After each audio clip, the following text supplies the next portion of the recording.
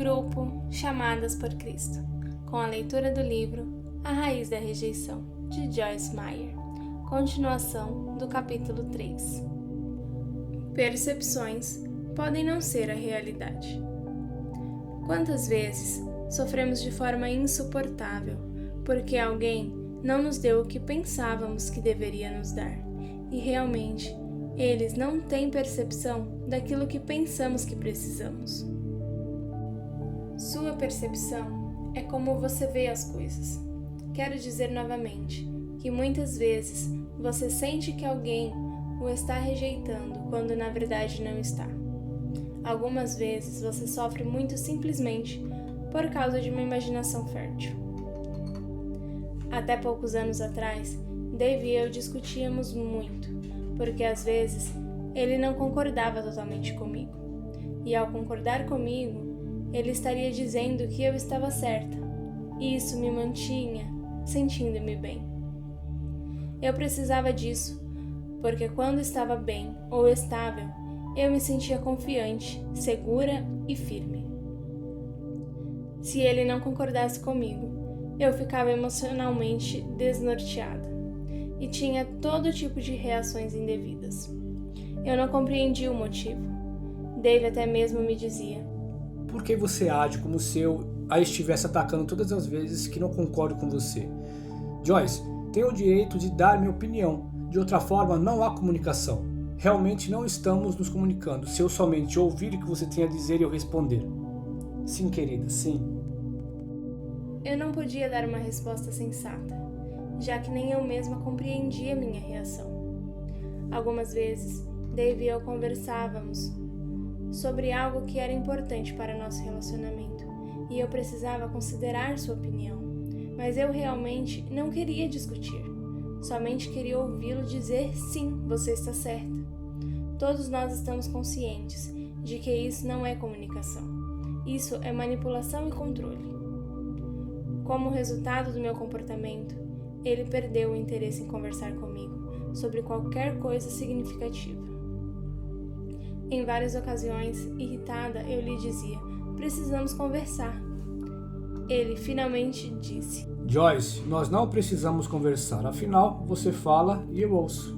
Era triste, mas eu realmente não sabia por que tínhamos esse problema. Eu amava o Senhor e estava ajudando muitas outras pessoas. Dave e eu tínhamos um grande casamento, mas não conseguíamos nos comunicar de forma bem-sucedida. Não tínhamos brigas violentas, porque recebemos uma revelação a respeito do assunto. E realmente não queríamos entrar nisso. Mas precisávamos de uma solução. Eu vivia clamando a Deus: qual é o problema? Eu não queria ser rebelde. Eu não queria ficar ofendida. Eu não queria que meus sentimentos fossem feridos. Mas isso foi tudo o que consegui. Finalmente, Deus me mostrou qual era o problema. Ele disse: Joyce, cada vez que Dave discorda da sua opinião, você recebe isso como uma rejeição. E realmente, ele não a está rejeitando. Ele simplesmente não concorda com a sua ideia. Você deve aprender a separar suas opiniões e ideias do seu eu real. Apenas porque as pessoas rejeitam sua opinião, não significa que elas a rejeitam. Elas podem discordar de você e ainda amá-la e respeitá-la como uma pessoa. Você deve dar às pessoas a oportunidade de discordar, ou não haverá base para um bom relacionamento. Eu quero dizer que o equilíbrio nessa área é muito importante. Algumas pessoas dão sua opinião muito frequentemente, em momentos que não são necessários. Não temos o direito de dar ao mundo inteiro nossa opinião cada vez que abrimos a boca. Isso também não é bom para os relacionamentos. O equilíbrio é vital em cada área. Pessoas com raiz de rejeição geralmente não podem ser confrontadas. Eu não tinha problemas em confrontar os outros, mas não suportava ser confrontada. Eu não podia receber aquilo que eu mesma entregava. eu tinha o dom de expressar a verdade para todos. Bem, você precisa enfrentar a verdade, eu dizia. Mas se alguém tentasse me dizer que eu podia não ter feito algo certo, eu não conseguia suportar. Eu não sabia como separar o eu do meu comportamento. E já que muito do meu valor próprio dependia das minhas realizações, se alguém falasse contra algo que eu fiz, eu considerava isso como um ataque pessoal. Se todos pensassem que eu estava certa, sentia-me certa. Meu comportamento em tais áreas me impedia de desenvolver relacionamentos duradouros. A Bíblia tem muito a dizer sobre correção, especialmente em Provérbios. As Escrituras nos dizem que um grande sinal de maturidade é a habilidade de aceitar a correção. Exige muito crescimento chegar a este ponto, mas realmente podemos apreciar a correção quando verdadeiramente sabemos quem somos em Cristo. Nem toda correção que alguém traz pode ser apropriada, mas é sábio ao menos abrir-se para Deus em tal situação. Amo e respeito meu marido, mas Dave nem sempre está certo. Algumas vezes estou certa, mas ele não me ouve, e deveria fazê-lo. Mas há vezes em que ele está certo, e eu deveria ouvi-lo, mas não o faço. Já entrei em muitos problemas, porque não lhe dava atenção quando ele estava certo.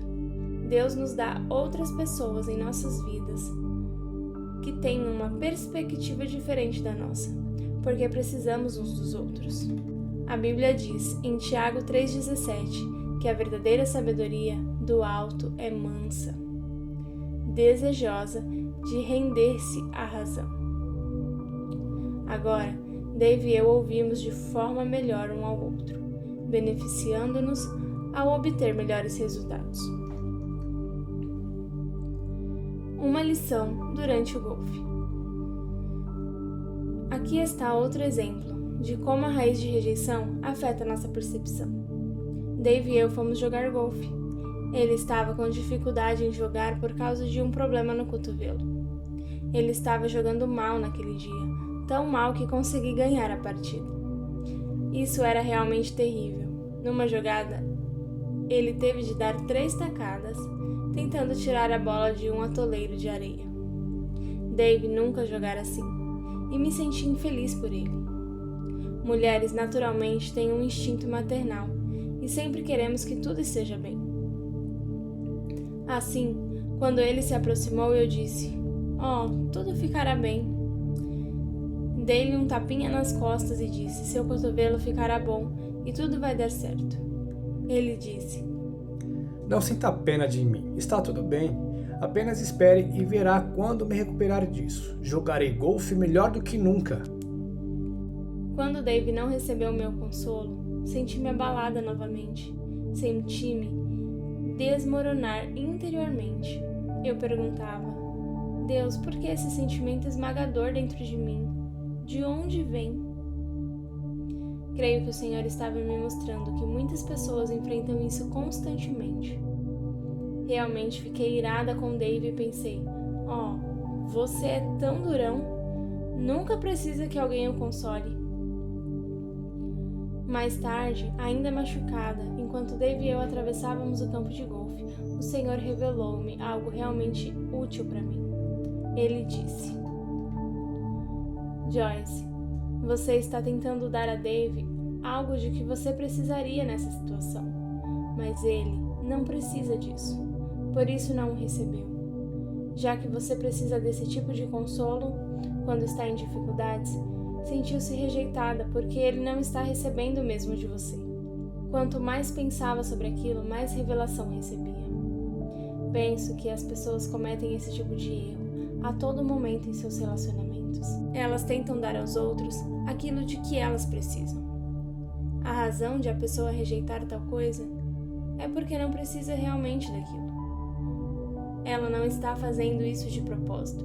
Não seria diferente de alguém oferecer um copo de água e você recusar.